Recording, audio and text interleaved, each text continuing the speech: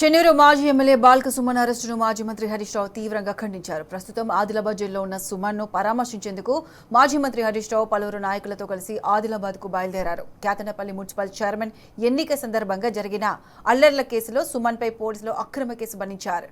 నిన్న పోలీసులు సుమన్ను అరెస్ట్ చేసి Mancherial first class additional junior civil judge ముందు ప్రవేశపెట్టగా ఆయన 14 రోజుల జ్యుడిషియల్ రిమాండ్ విధించారు. దీంతో సుమన్ను పోలీసులు ఆదిలాబాద్ జైలుకు తరలించారు. ఈ నేపథ్యంలో ప్రభుత్వ తీరుకు నిరసనగా ఇవాళ బీఆర్ఎస్ నాయకులు మంచిర్యాల బంద్ను పాటిస్తున్నారు. ప్రజలు కూడా స్వచ్ఛందంగా బంద్లో పాల్గొంటున్నారు.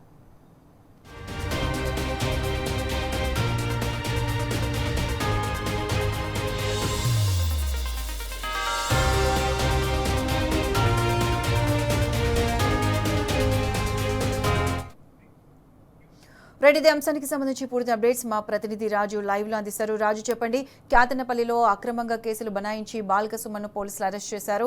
దీనిపై మాజీ మంత్రి హరీష్ రావు కూడా విచారణ వ్యక్తం చేశారు. సో దీనికి సంబంధించి పూర్తి అప్డేట్స్ ఏంటి?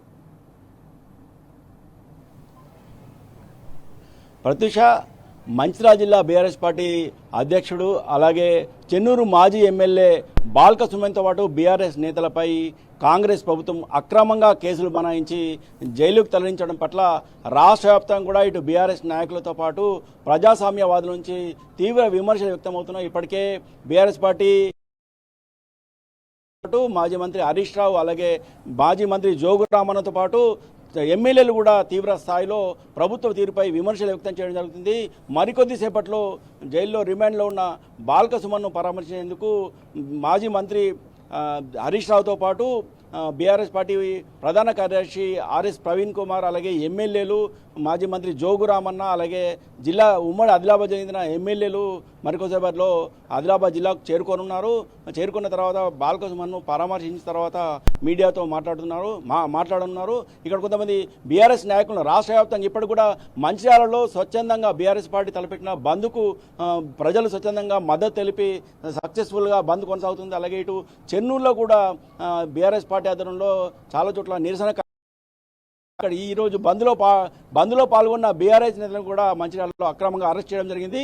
ఇక్కడ బాల్క సుమన్ అక్రమ అరెస్టుపై మనతో మాట్లాడడానికి కొంతమంది బీఆర్ఎస్ నాయకులు మాజీ మున్సిపల్ చైర్మన్ జోగు ప్రేమేందర్తో పాటు బీఆర్ఎస్ ఈ అరెస్ట్ని ఏ విధంగా చూడొచ్చు?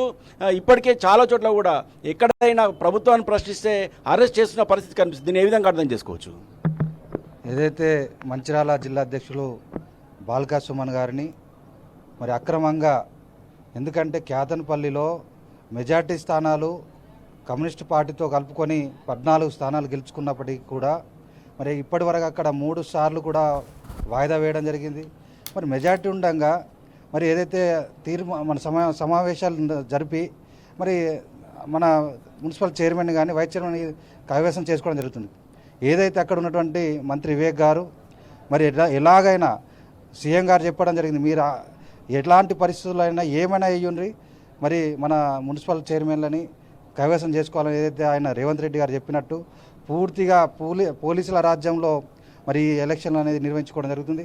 ఎక్కడైతే మా పార్టీ సంబంధించినటువంటి ఆయా మున్సిపాల్లో కూడా కౌన్సిలర్లను కూడా ఎత్తుకపోవడం కూడా జరుగుతుంది. కాబట్టి మరి మెజార్టీ వచ్చినాక కూడా మరి ఈ విధంగా చేయడం తీవ్రంగా ఖండిస్తున్నాం. మరి ఏదైతే నిన్న రాళ్ళు కూడా వాళ్ళే కొట్టి మరి తిరిగి వివేక్ బండి మీద వాళ్ళే కొట్టి వీళ్ళు కొట్టినట్టు మరి కేసు పెట్టడం, మరి దీన్ని తీవ్రంగా మా పార్టీ తరఫున ఖండించడం జరుగుతుంది.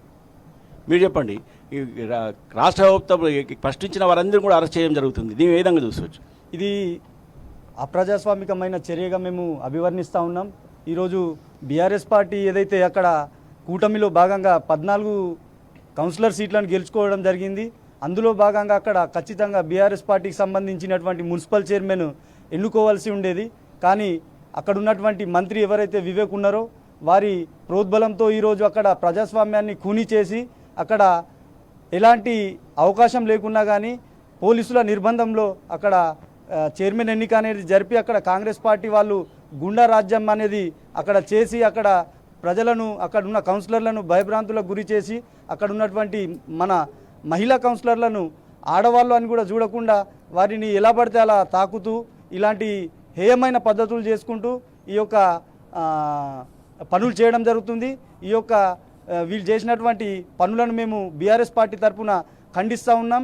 ఈ వెంటనే బాల్క సుమన్ గారిని బెయిల్ ఇచ్చి ప్రజాస్వామ్యబద్ధంగా అక్కడ ఏదైతే ఎన్నిక జరగాలనో ఆ ఎన్నికను జరిపించాలని చెప్పేసి కోరుతా ఉన్నాం.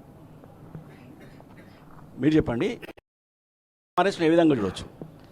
आज तेलंगाना स्टेट में पब्लिक खुद सोच रही है कि हम क्या कर बैठे। फ्रेंडली पुलिस केसीआर के ज़माने में फ्रेंडली इलेक्शंस हुए, कभी ऐसे गुंडागर्दी नहीं हुई। कल जो बालका सुमन जी के साथ जो हुआ है 7 और 14, ये बड़ी सोच की बात है। इतना घिनौनी पुलिस के जो ऐसा हम कभी भी नहीं देखे। खुद की गाड़ी पे खुद फतरे मार लेना, और ये रेवंत रेड्डी साहब इनकी कमियां छुपाने के वास्ते टोटली फेल्यूर हो गए। ये लोग सामने नहीं जा पा रहे। आने वाले इलेक्शंस में और इनको नुकसान होने वाला, इनको समझ में आ गया। पब्लिक का रिवॉल्यूशन आ चुका है। तो ये सब गुंडाइज्म पुलिस के जरिए करिए चलने वाला नहीं है। पब्लिक देख रही है। बालका सुमन जी के साथ सभी लोग हम लोग हैं। धन्यवाद।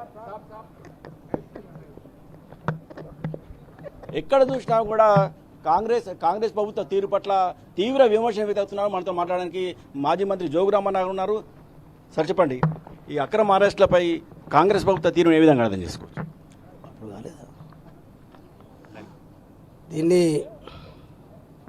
ఇది ప్రజాస్వామ్యాన్ని కూని చేయడమే. ఇది అప్రజాస్వామికం. ఇటువంటి అక్రమంగా అన్యాయంగా అరెస్టులను తీవ్రంగా బీఆర్ఎస్ పార్టీ ఆదిలాబాద్ జిల్లా శాఖ ఖండిస్తున్నాం. మేము ఒకటే అడుగుతున్నాం. ఈరోజు మీరే చెప్తా ఉన్నారు, ప్రజాపాలన అని చెప్తా ఉన్నారు, ఇందిరమ్మ రాజ్యం అని చెప్తా ఉన్నారు. జరుగుతున్నది ఏంది? ఎమర్జెన్సీని తలపిస్తుంది. చీకటి రాజ్యం కొనసాగుతూ ఉంది. అందుకొరకే ఈరోజు దీన్ని మీరు ఇటువంటి అక్రమ అరెస్టులు చేసి మీరు బీఆర్ఎస్ పార్టీని భయపెడతామంటే మీ తాతమ్మలు దిగొచ్చినా బీఆర్ఎస్ పార్టీ భయపడదు. ఇలా బాల్క సుమన్ గారు ఉద్యమాలు, ఒక విద్యార్థి దశ నుంచి ఉద్యమాలు చేసి తెలంగాణ రాష్ట్రం కొరకు అనేక సందర్భాలలో జైలు గోడలలో జీవితాన్ని అనుభవించిన వ్యక్తి. మాకేం కొత్త కాదు, బాల్క సుమన్ కాదు, బీఆర్ఎస్ పార్టీకి కాదు, కేసీఆర్ నాయకత్వంలో ఏ నాయకునికి జైలు కొత్త కాదు. మీ అక్రమ అరెస్టులు కొత్తవి కావు. మేమేమడుగుతున్నాం, ఇలా చట్టబద్ధంగా ఎన్నికైనటువంటి కౌన్సిలర్లను పోలీసులను పెట్టి భయభ్రాంతులు చేసి వాళ్ళని ఏదో రకంగా బీఆర్ఎస్ పార్టీకి ఓటేయకుండా, మీటింగ్కు హాజరు కాకుండా మేము హాజరై దొంగచాటున గెలుస్తామని చెప్పి, ఎలా అధికారం ఉందని చెప్పి గడ్డం వివేక్ గారు మంత్రి ఉన్నాడని చెప్పి పోలీసులను పెట్టి పోలీసు పహారాలలో మరి అక్కడ కౌన్సిలర్లను అడ్డగించడం, ఇది ఎంత మటుకు సమంజసం? ఇది ప్రజాస్వామ్యమా? వాళ్ళు చట్టబద్ధంగా మా బీఆర్ఎస్ పార్టీ కౌన్సిలర్ ఎన్నుకోబడలేదా? ఎందుకు మీరు అడ్డం పడతా ఉన్నారు? ఎందుకు సమావేశానికి రాణిస్తలేరంటే, మా రాజ్యం ఉంది, మా ముఖ్యమంత్రి ఉన్నాడు, మా ముఖ్యమంత్రి రేవంత్ రెడ్డి హోమ్ మినిస్టర్ ఉన్నాడు, మేము నడిపిస్తామంటే నడిపించచ్చు. ప్రశ్నించే గొంతుకనే మీరు అణచివేస్తూ ఉన్నారు. ప్రజాస్వామ్యంలో మరి ఎలా గొంతు ఇప్పాలి కదా?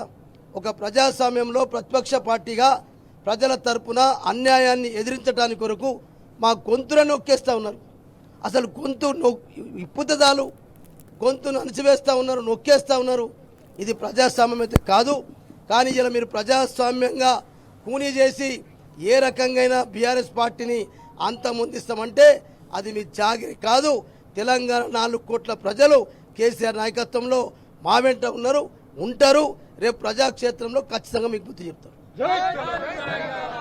ప్రజాపాలన చెప్పుకునే కాంగ్రెస్ పాలన పూర్తిగా ఎమర్జెన్సీని తలపిస్తుందని, ప్రశ్నించే గొంతులను అరెస్ట్ చేసే ప్రయత్నం చేస్తుందని, ఇలాంటి అక్రమ కేసులకు మాత్రం బీఆర్ఎస్ పార్టీ భయపడదని, బీఆర్ఎస్ నేతలు కూడా భయపడరని, బాల్క సుమన్ వంటి సీనియర్ నాయకులు, మాజీ ఎమ్మెల్యే బాల్క సుమన్ యూనివర్సిటీ స్థాయి నుంచే తెలంగాణ ఉద్యమంలో పాల్గొంటూ అనేక అక్రమ కేసులు ఎదుర్కొన్నారని, ఇలాంటి కేసులను మాత్రం ఎలాంటి బెదిరేది లేదని, ఖచ్చితంగా తాము ప్రజాస్వామ్యబద్ధంగా ప్రజా సమస్యలపై పోరాడుతూనే ఉంటామని మాజీ మంత్రి జోగురామన్ చెప్తున్నారు.